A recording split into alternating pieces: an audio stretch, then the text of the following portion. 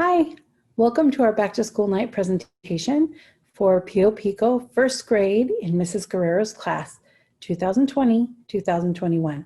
This presentation will be in English. Si necesita la presentación en español, busca otra vez en la misma página, pero en la presentación que dice español. My name is Mrs. Guerrero and I teach first grade, a dual language classroom at Pio Pico Elementary. I've been in education for more than 30 years, and I've been teaching in Santa Ana since 1992. And I'd like to share with you what we have in store for this year as we start 2020 in first grade. So I'm going to share my screen. So welcome to Back to School Night. Again, my name is Mrs. Guerrero. And some of the things that I'd like to talk to you about really quickly at the very beginning are materials. So by now you should have picked up a learning kit from the office, and it had some learning materials in it that I've prepared. And most of those I purchased. The manipulatives I brought from home, in the little transparent pouch, and those will be for use during class. All of those things, normally, you know, we have toys at home and tools at school.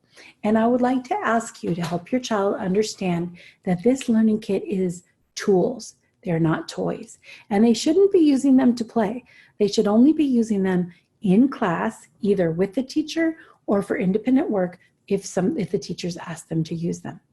As far as the Chromebook, the same thing. They need to be using it for learning purposes, and I'll be teaching them everything that they need to know.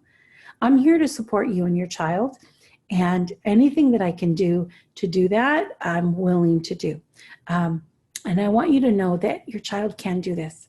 During the summer, I worked with another teacher, and we worked with TK students, kinder students, and first grade students via Chromebook, via Google Classroom, and via Meet, Google Meet, to carry out their learning. And they did an amazing job.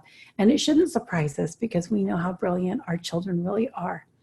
As far as the materials, there's also a folder, a green folder that has how to log in to some different things.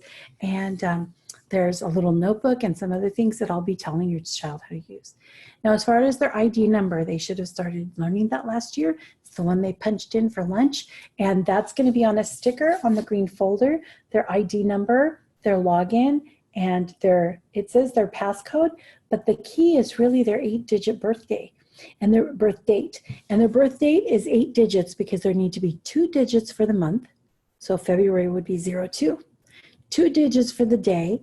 February 5th would be 0205, and 4 digits for the year. So 2013, 2013. So if a student then is November 8th, that would be 1108, right? And for 2014, 2014. So those are going to be important for them to learn and for them to have on hand. Those are very, very important. The app of Parent Square. I hope that you've been receiving my communications. I know some teachers have used Class Dojo and Zoom, Class Dojo and Remind, and I've used both of those with my families in the past, but the district is asking us to use only Parent Square so that all schools are sending information on the same app. And so if you haven't been receiving those, please do download Parent Square, the app, and make sure that you're receiving the emails. If not, talk to Rocio or someone in the office about how to update your email so that you're receiving those, because I do want you to know every time we have some new information, and that happens often these days. Now, Zoom, that's what we're on now. Zoom is going to be probably the application that we use for parent meetings, and initially we were going to use Zoom for parent meetings and Google Meet for children, and the school will be deciding on Friday, so that's just 2 days from now, whether we're going to use Zoom or Google Meet for all meetings. And so we'll be talking about that again later. Google Classroom is something that we'll be using to give work to the students and to have them turn things in. And Nearpod and Flipgrid, which I'll be teaching you and your students about in the future. And I'd like to move on and tell you a little bit about myself. I am a mother and a daughter and a wife.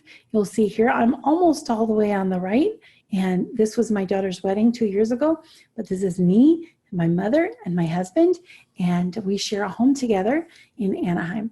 And I have two beautiful daughters. This is my baby here next to my mom, and my oldest daughter. My youngest is 26 years old, and she lives on her own in an apartment in Tustin. And this is my oldest daughter. She's 29, and she lives with her husband in San Diego. And just as I have two children, I'm one of two. This is my only brother right here, and his wife and his two children. So we're definitely a family of twos. And this is my new grand puppy. His name is Bruce, like Bruce Wayne for Batman. And he does look a little bit like a bat, doesn't he? But this is my family and my pride and joy right now. So I'm really getting excited about and looking forward to meeting you all and getting to know you and your family and children. So we have some new words in our vocabulary, don't we? The word synchronous up here at the top. Synchronous means together. And so synchronous learning is when your child is together with the teacher. So from 8 to 9 every morning, all of us will be learning together, our whole class, and we're going to have social emotional learning, writing, and PE, and those will be in Spanish. And then we'll have English development also. Those three are from 8 to 9, and every child needs to be there from 8 to 9. Then, and I will show you what group your child will be in momentarily, we will have from 9 to 10 only the orange group, Group A. They will be learning with me in a smaller group for reading and math, and the rest of the students will be given independent work. At 10:15, I'll work with the yellow group only. The rest of the students will be doing independent work. And at 11:15, again, I'll have the green group, and the rest of the students will be working independently. Students should be working from 8 a.m. till 12:15, right afternoon. Half of that time will be with the teacher, and half of that time will be independent. Now, I know it seems kind of weird, but if you think about it, last year when your child was with their teacher, I'm sure she had some of the teaching all together. Maybe it was at the carpet where everyone was learning. And she also had small groups where the children would go around table to table and they would learn in small groups, some with teacher and some independently. Well, this is a way that we can really meet your child's needs. So we're going to continue this model by giving them independent work. And it's classwork, not homework. They're doing independent work to practice the skills we've been teaching them so that we can spend some of that time meeting with small groups and really meeting their needs at the level they need. And then between 104 and 204, every day except for Wednesday and the weekend, of course, I'll have open office hours. So from 104 to 204, feel free to drop in whatever the meeting link is that we have, and you can come with your child or without your child and get any kind of support that you need from me. Now, as far as attendance, if we look down a little bit, and I'll have to take this screen down just a little bit. There we go. Attendance is 8 a.m. sharp. We really need students to be on time. Back in March, April, and May, the state looked at attendance differently. We were in the middle of an emergency that had never been experienced in modern schools before. And so teachers kept track of which students were there, but a lot of the work was optional. We wanted to support your children and we wanted them to keep learning, but we didn't want to have any negative effect based on if you had no connectivity or they weren't able to do the work. Now the state has said, look, the kids need their learning, they need to progress, they need to make up for lost time, and this is real school, right? This is Monday through Friday school. So children need to log in at 8 a.m. I need to take attendance right away, and I will be keeping two kinds of attendance. I will be keeping attendance for students that are there and that they are there for their full 2 sessions. And I will also be completing an attendance at the end of the day based on who has turned in their work. Because again, this is not homework that we're assigning independently, it's classwork. Normally your student would do that classwork at school. It's part of their being present at school. So that's very important. Let me share a closer view of the synchronous or together time that we'll have. From 8 to 9, again, we will all be together. All of us, everyone's in the blue group. But from 9 to 10, the students in the orange group will stay with me while The others in the yellow and green group will have independent work that I give to them through a little link in the class chat. And I'll say, go ahead and go off and do this work, okay? And there might be different things that they have to do. There'll be more as time goes on. The first few days, we're going to try to make it a little more simple. Then at 10 o'clock, the orange group will go off to do their independent work. Green will continue independent, and the yellow group will come in at 10:15. They'll have their small group time with the teacher while the other two are doing independent work. Then at the end of that time, 11:15, they'll go off to do their independent work again, the rest of it, and the green group will come in with the teacher and have their small group time.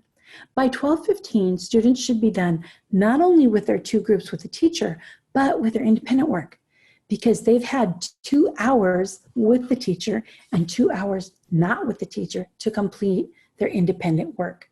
Again, this is classwork, not homework. So let's look at that. The asynchronous, which means not together or apart, asynchronous classwork needs to be turned in by 4 p.m. They should be done by 12 or 12:15. But if you need more time, or if you're waiting for someone else to come home to give assistance, I do understand.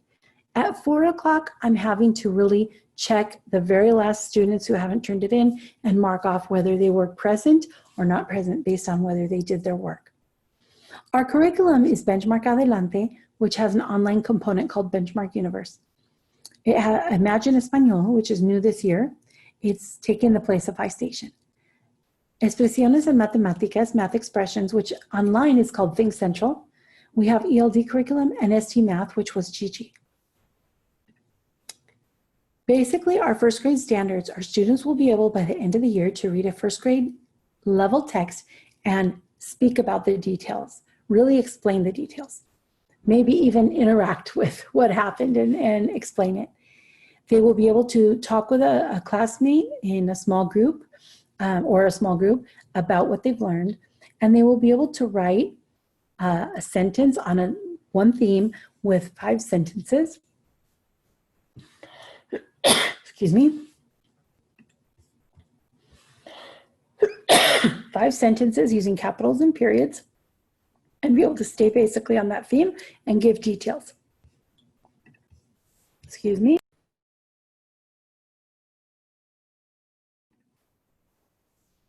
Thank you for your patience. And we're going to move on to the math standards. And the math standards are to recognize, count, and write the numbers to 120. Add and subtract fluently to 10. And that means not using their fingers, really just knowing those facts. And being able to solve problems of addition and subtraction to 20. And in that case, they may use drawings or beans or anything that they need.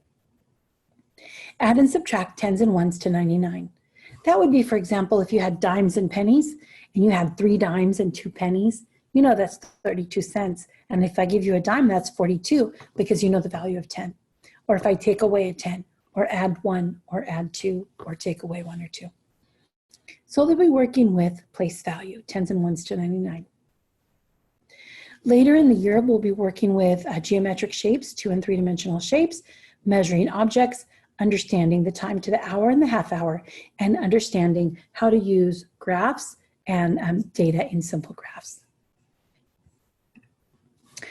Just for your information, we will be having progress reports every 6 weeks or report cards.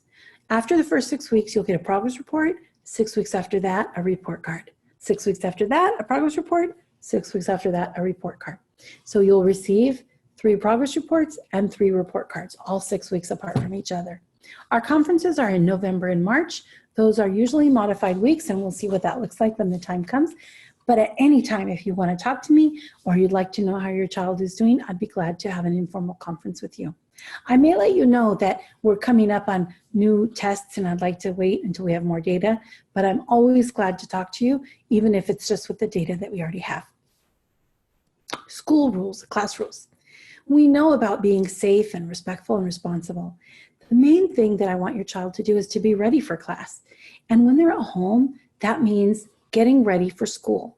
Even though all they really have to do is open up their Chromebook, please, please, please make sure they've had breakfast, that they've had something to drink, that they feel fresh. It's a good idea if they wash their face and brush their teeth and brush their hair and put on a shirt, right? Any appropriate clothing. I know if my children were still in school, I would be requiring them to wear a uniform. We are not requiring children to wear a uniform, but it's not a bad idea if you ask your child to put on just a uniform top to help them get into the mindset that they're at school. Again, it's not required to wear a uniform, just appropriate school clothing or clothing, but it is suggested on my behalf. I do suggest it. Then make sure they have their materials with them, that they know they're ready in the mindset to start learning.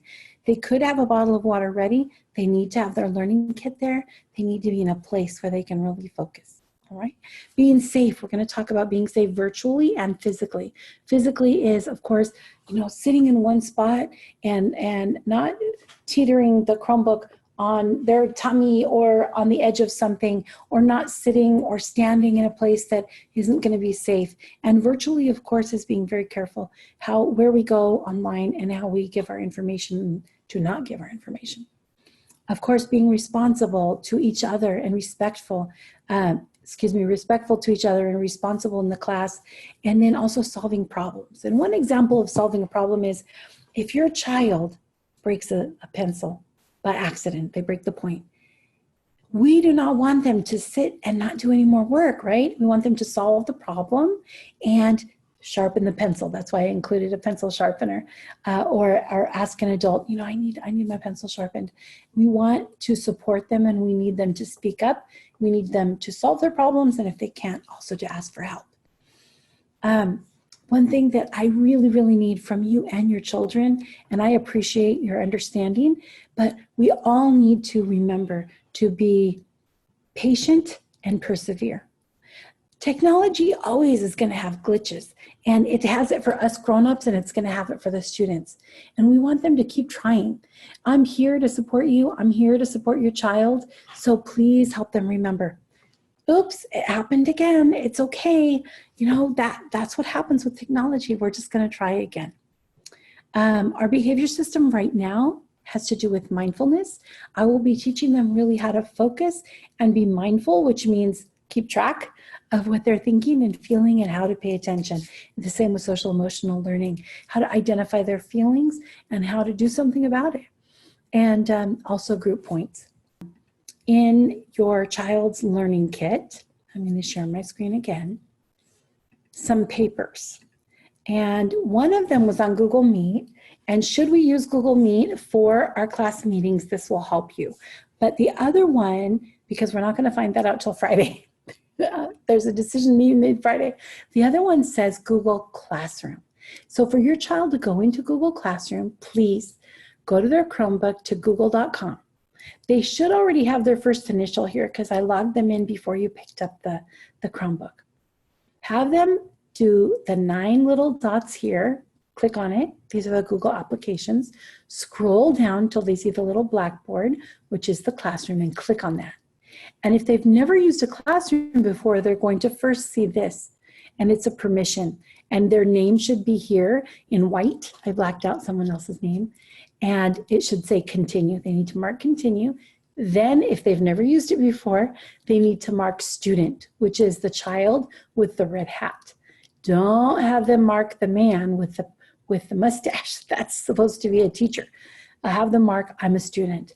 And if they've already been to Google Classroom once, then they'll already go straight from the app right here, and they'll open up the Google Classroom page. They should see Mrs. Guerrero's class right here. They should hit join, and then they'll be a part of the class. And on Tuesday, we'll be talking more with the students about what to do with that. If your student has speech or another teacher that they work with, such as Mr. Bishop, there will be another class here that says Mr. Bishop, and they can also join that one. And we'll start giving our assignments there later on. But for now, on Friday, we're going to let you know how we're going to meet together with the students. So once again, remember, our next meeting is this Friday, August 14th at 5:30, because I'm going to be able to tell you whether we're using Google Meet or Zoom, and we will practice with the children how to get on so that they can be successful on Monday morning. Thank you so much for coming, and thank you for entrusting me with your treasures. I know your children are your treasures as they are to me, and I promise to take wonderful care of them. And I'm really looking forward to working together with you as a team for your child's continued success. Thank you, and we'll see you Friday.